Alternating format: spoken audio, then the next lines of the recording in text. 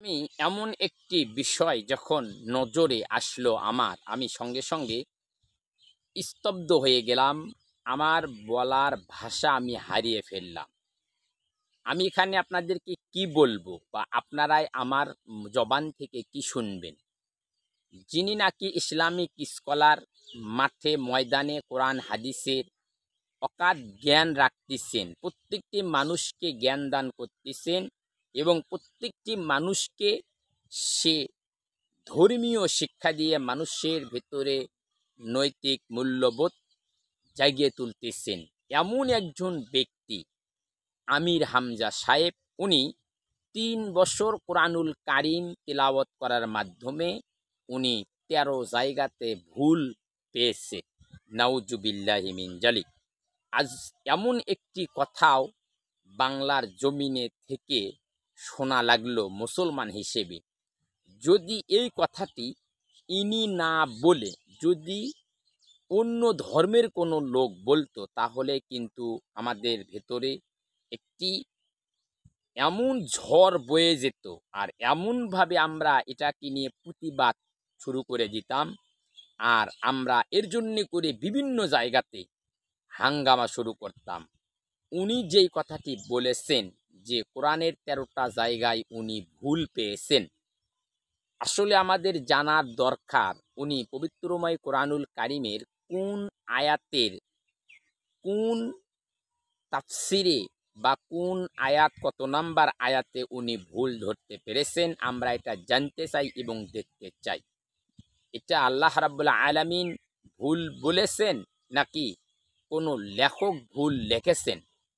উনি কিন্তু এখানে স্পষ্ট করে নাই। উনি যদি বলতে যে যারা লেখছে, লেখার মাধ্যমে আমি কোরআনুল কারিমের ১৩টা জায়গাতে ভুল পেয়েছি, এটা হচ্ছে যারা কোরআনকে রাইটার করে লিখতিছে, লেখায় ভুল হতে পারে, প্রিন্টারে ভুল হতে পারে, কিন্তু উনি সরাসরি বলছে যে আমি পবিত্রময় কোরআনের ১৩ জায়গাতে ভুল ধরেছি। তার মানে উনি ভুল কার ধরলেন? পবিত্রময় গ্রন্থ, এই মহামূল্যবান এই পবিত্রময় কালাম, এটা মানুষের দ্বারাই রচিত কোনো কিতাব নয়।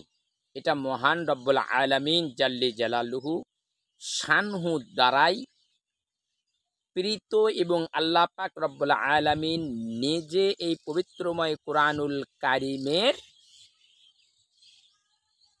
লেখক বলেন, পাঠকারী বলেন, সংরক্ষণকারী বলেন, সব কিছুই আমার রব্বুল আলামিন। কিন্তু তিনি যেহেতু ভুল পেয়েছেন, তার মানে এখানে স্পষ্ট বোঝা যাইতেছে সে মহান রব্বুল আলামিন ভুল করেছে, উনি সেই ভুলগুলো ধরেছেন। নাউজুবিল্লাহি মিন জালিক। আসলে এটাও বলতে পারবো না উনি কোন ব্যাপারে এই এমন একটি মন্তব্য করেছেন যার কারণে প্রত্যেকটি মুসলমানের হৃদয়ে রক্তক্ষরণ হইতেছে, প্রত্যেকটি মুসলমান কষ্ট পেয়েছে যে একজন আলেম হয়ে কিভাবে পবিত্রময় কোরআনের ১৩ জায়গাতে ভুল পাইল।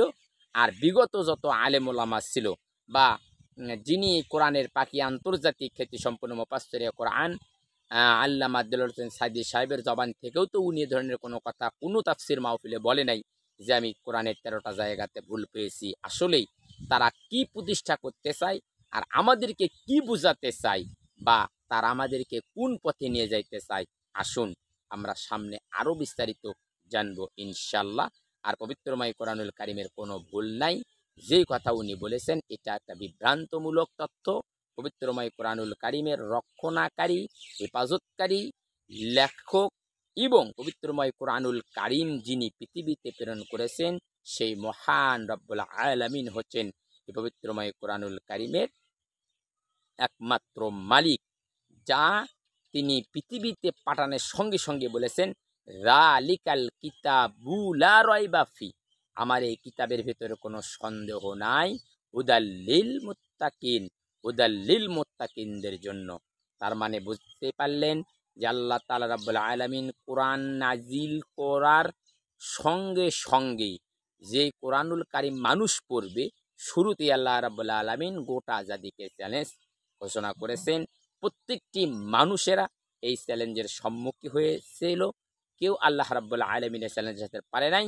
এমনকি অনেক সময় অনেক যুগে তারা কোরআনকে এপিটিপিট করতে যায় নিজেরাই এপিটিপিট হয়ে গেছে। এটা হচ্ছে কোরআনুল কারিমের মজেজা।